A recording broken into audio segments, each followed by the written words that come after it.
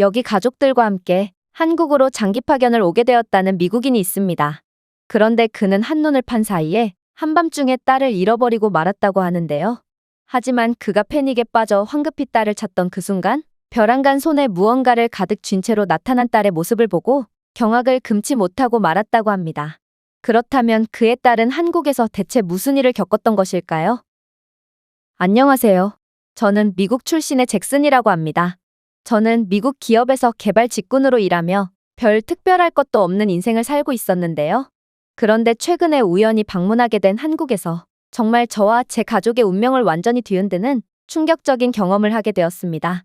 일단 저는 결혼을 해서 가정도 꾸렸고 미국에서의 제 삶에 매우 만족하며 살아가고 있었는데요. 그럼에도 한 가지 어려운 점을 꼽자면 바로 편견 섞인 시선이었어요.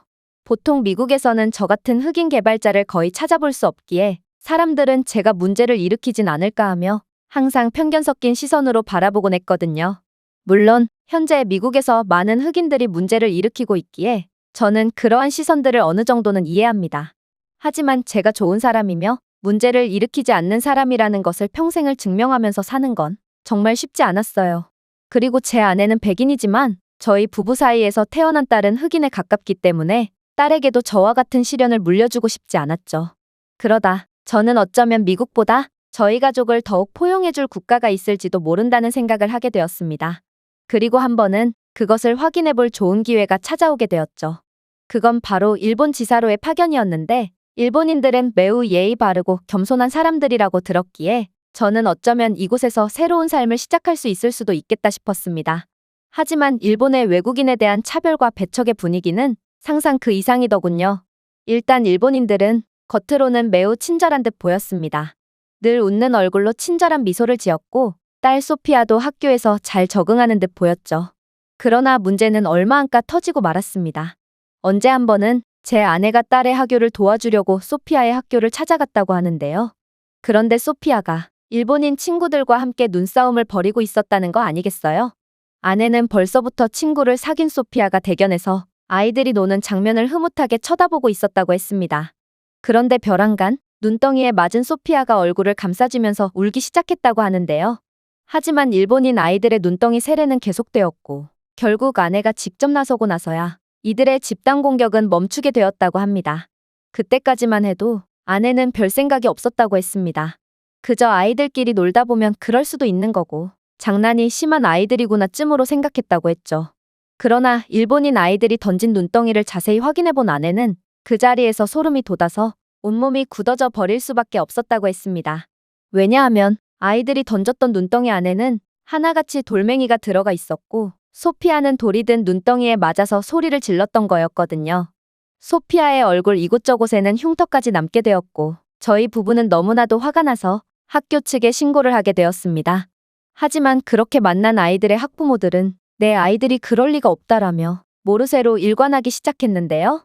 학교 측도 무조건 일본인 편만 들었기에 저희는 경찰 신고까지 하게 되었습니다. 그러나 달라지는 건 없더군요. 일본 경찰은 서툰 일본어를 구사하는 제 말을 들어주려 하지 않았고 정말 일방적으로 내국인 편만 들었거든요. 심지어 제가 흑인이라 그런 건지는 모르겠지만 이들은 저보고 불법 체류자가 아니냐며 백인인 아내는 놔두고 저만 무작정 끌고 가려고 하더라고요. 결국 저는 피해자 신분으로 왔다가 오히려 경찰서에 갇히고 많은 황당한 경험을 하게 되었고 일본 경찰들은 제 말을 들을 생각조차 안 했기에 몇 시간 동안 차가운 땅바닥에서 갇혀 있어야만 했습니다. 그렇게 사건은 흐지부지 되었고 그 후에 일본인 아이들의 소피아에 대한 공격과 차별은 더욱 노골적으로 시작되었죠. 사건 이후 마을 사람들도 저희를 유별난 외국인쯤으로 보며 인사조차 안 받아주기 시작했고 저희를 투명인간 취급하기 시작하더군요. 저는 애초에 일본 회사에서 흑인이라는 이유 하나만으로 투명인간 취급을 받아왔기에 이들의 행동에 상처를 받을 것도 없었습니다. 하지만 제 아내와 딸이 이런 취급을 받는다는 건 정말 감당하기 어려운 일이었고 결국 웬 일본의 노인이 소피아에게 너희 나라로 돌아가라 라며 소리를 지르는 일을 겪고 난 이후 저는 결단을 내리게 되었습니다. 바로 회사 측에 문의해서 어디든 자리가 나는 대로 새로운 나라로 발령을 받는 거였죠. 저희 가족은 일본에서 아무런 잘못도 저지르지 않았지만 그저 외국인이라는 이유 하나만으로 거의 쫓겨나다시피 밀려나 버린 것입니다. 그나마 다행인 점은 저는 재발령 신청 2주일 만에 한국으로 갈 수 있게 되었다는 거였는데요. 새로운 언어와 문화를 다시 공부해야 하는 번거로움은 있었지만 저희가 어찌할 수 있는 건 단 하나도 없었죠. 그렇게 가게 된 한국은 일본과 매우 가까이 있는 국가였지만 서로의 문화는 완전히 다르더군요. 일본인들은 저희를 마치 잠깐 있다가 곧 사라질 외지인 취급을 하며 겉으로는 친절해 보이지만 명확히 선을 긋곤 했는데 한국인들은 그저 오래 만난 친구처럼 자연스럽게 저희를 대해줬거든요. 제 회사 동료들이나 이웃 사람들도 그랬습니다.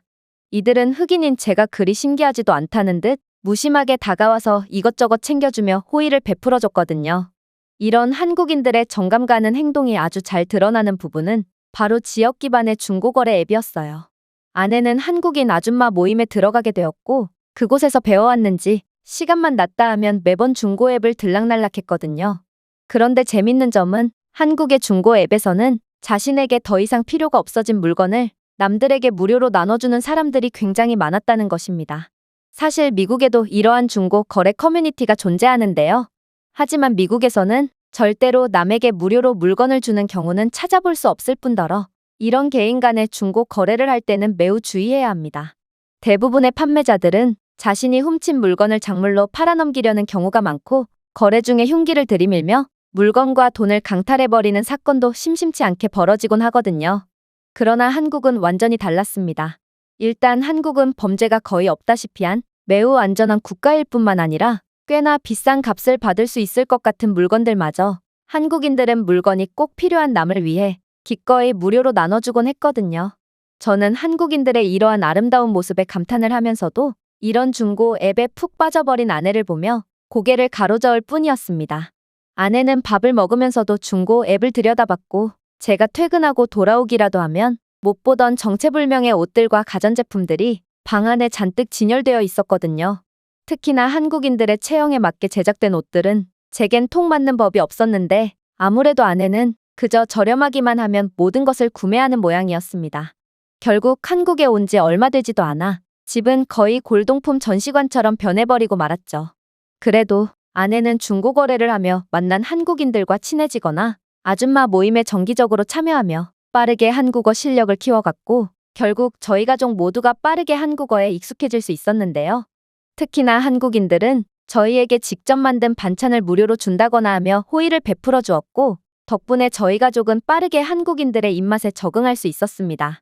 그렇게 저희 가족은 한국인들의 배려와 포용 덕분에 빠르게 한국에 녹아들 수 있었죠.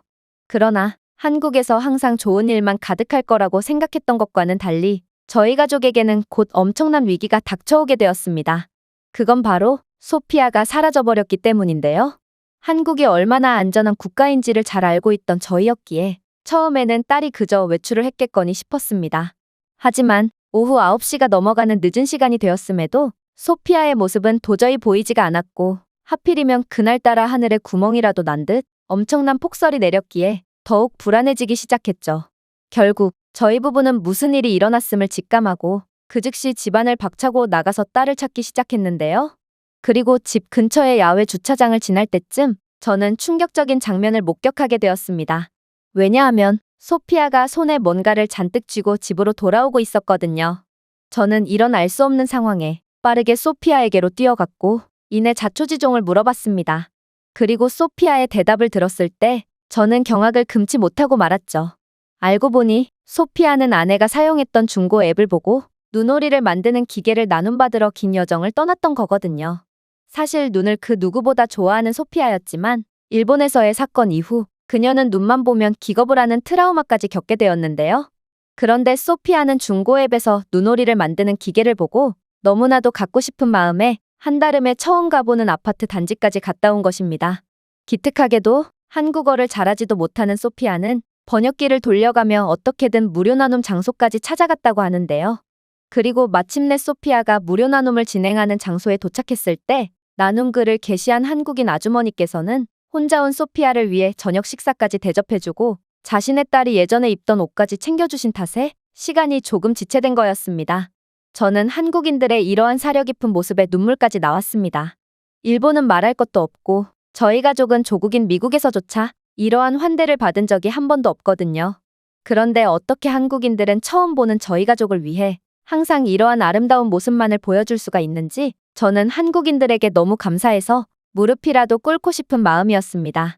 그리고 소피아는 한국에서 일전의 트라우마를 완전히 극복하게 된 건지 이내 눈오리를 만들러 가자며 저희 부부의 팔을 잡아 끌었는데요. 그렇게 저희는 아닌 밤중에 아파트 단지에서 눈오리를 만들게 되었습니다. 그런데 가족들과의 즐거운 시간을 보내던 와중 갑자기 소피아가 눈오리 기계를 공짜로 받았으니 자신도 답례를 하고 싶다는 말을 해왔는데요.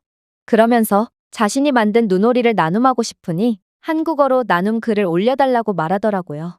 이건 정말 아이들만이 할 수 있는 귀여운 생각이었지만 어른들이 보기에는 가치가 전혀 없는 눈오리를 대체 누가 가져갈까 싶어 약간의 걱정이 들기도 했습니다. 저는 소피아의 동심을 지켜주고 싶었거든요. 하지만 그렇게 걱정을 하며 나눔 글을 올리고 정확히 10분 뒤 정말로 어떤 한국인 여성이 저희에게 다가오기 시작하는 거 아니겠어요? 그러면서 자신은 눈오리를 나눔받으러 왔다면서 소피아가 만든 눈오리를 하나 집더니 이내 선물이라면서 자신이 가져온 초콜릿을 내밀더라고요.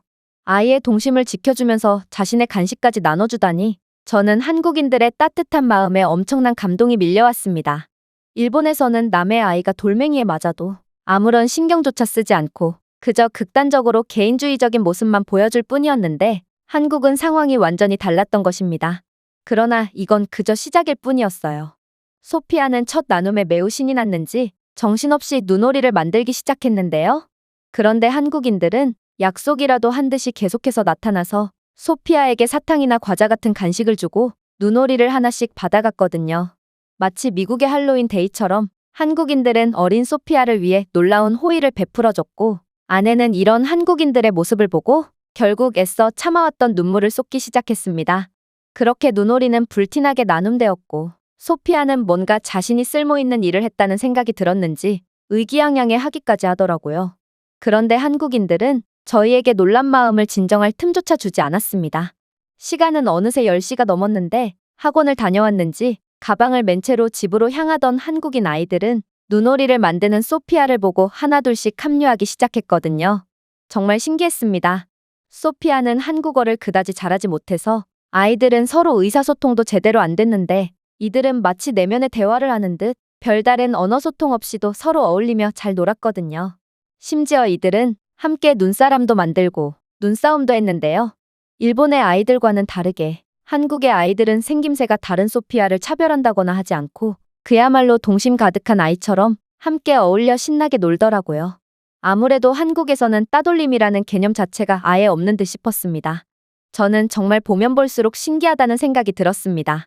한국이라는 나라가 얼마나 안전하면 이렇게나 어린아이들이 밤늦게까지 집에 안 들어와도 부모님이 걱정조차 안 할 수가 있는 건지 정말 이해를 하려야 할 수가 없었죠. 미국에서는 밤 10시가 넘으면 성인 남성들조차 밖으로 나갈 수 없거든요. 심지어 저는 미국에서 꽤 안전한 동네에서 살았음에도 불구하고 새벽에 집안에서 조금이라도 수상한 소리가 들리면 강도가 들었는지부터 의심하고 총을 들고 밤잠을 설친 채 날이 밝을 때까지 경계해야만 했는데요.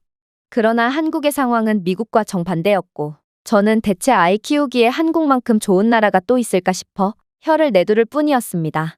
뭐 나중에 알고 보니 한국의 주민들은 남의 아이더라도 혹여라도 아이들에게 무슨 일이 일어날까 싶어 항상 감시를 한다고 했는데요.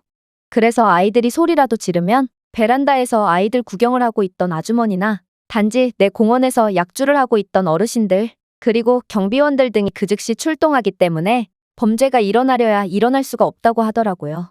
아무래도 이런 한국인들의 끈끈한 공동체 문화야말로 한국 치안의 1등 공신인 듯 했죠. 아무튼 그렇게 아이들은 약 30분 정도를 놀다가 그대로 집으로 들어갔는데요. 소피아는 그런 아이들에게 자신이 한국의 어른들에게 받은 간식거리를 나눠주는 놀라운 호의를 베풀기까지 하더라고요. 좀 전에 말했다시피 미국에서는 남에게 뭔가를 공짜로 준다는 개념 자체가 아예 없기에 저희 부부는 소피아에게 남에게 베풀고 살라는 가르침을 준 적도 없습니다. 하지만 한국의 어른들은 저희 대신 소피아에게 나눔과 베풀미라는 아름다운 삶의 지혜에 대해 가르쳐줬고 소피아는 한국인이라는 스승 덕에 부모보다도 먼저 베풀매의 소중함을 깨우친 모양이었습니다. 심지어 한국의 어른들은 그 다음 날에도 멋진 모습을 보여줬는데요. 아침에 출근하면서 살펴보니 소피아가 만들어둔 눈오리는 훼손되지 않고 그대로 있었거든요.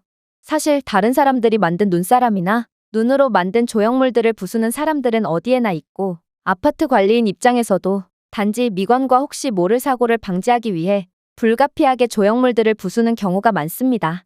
그러나 한국인들은 하나 같은 마음으로 소피아의 동심을 지켜줬고, 조금 후에 소피아가 등교하면서 자신이 어제 만든 눈오리들을 볼 수 있다는 생각을 하니 알 수 없는 벅차오르는 감정이 들기도 했죠.